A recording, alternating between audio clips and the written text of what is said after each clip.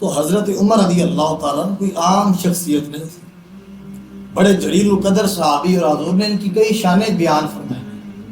ایک موقع حضرت سعد بن ابی وقاص رضی اللہ تعالیٰ روایت کرتے ہیں، آپ فرماتے ہیں حضور نے فرمایا انی لأری الشیاطین تفر من عمر، حضور فرماتے ہیں میں دیکھ رہا ہوں کہ شیاطین حضرت عمر سے ڈر گئے۔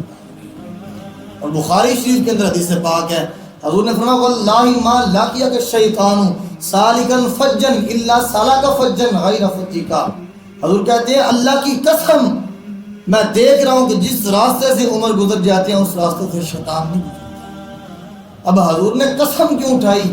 حضور عام طور پر قسم نہیں اٹھاتے تھے، جب کوئی خاص بات بتانی ہوتی تو پھر اللہ کے نبی قسم اٹھاتے، گویا حضور بتا رہے ہیں کہ کوئی عام بات نہیں ہے، میں جن کی شان بیان کر رہا ہوں یہ کوئی عام عمر نہیں ہے، یہ بڑے اعلیٰ درجے اور کاملیت کے درجے پر فائز اور بڑے کمال درجے پر اس کا ایمان ہے عمر کا، اور روحانیت میں یہ بہت اعلیٰ ہے کہ شیطان بھی اس سے ڈرتا ہے۔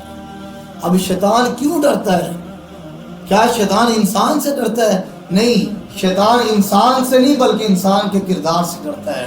اگر آج ہم بھی اپنا کردار مضبوط کر لیں تو آج شیطان ہم سے ڈرے، لیکن آج ہمارے کردار جو ہیں وہ کیا ہے؟ کمزور ہو چکی ہیں۔ شیطان جسم سے نہیں ڈرتا بلکہ جسم کے اندر جو ایمان ہے اس ایمان سے شیطان ڈرتا ہے۔ جب ایمان مضبوط ہو جائیں گے پھر شیطان آج بھی ڈرنا شروع کر دے گا۔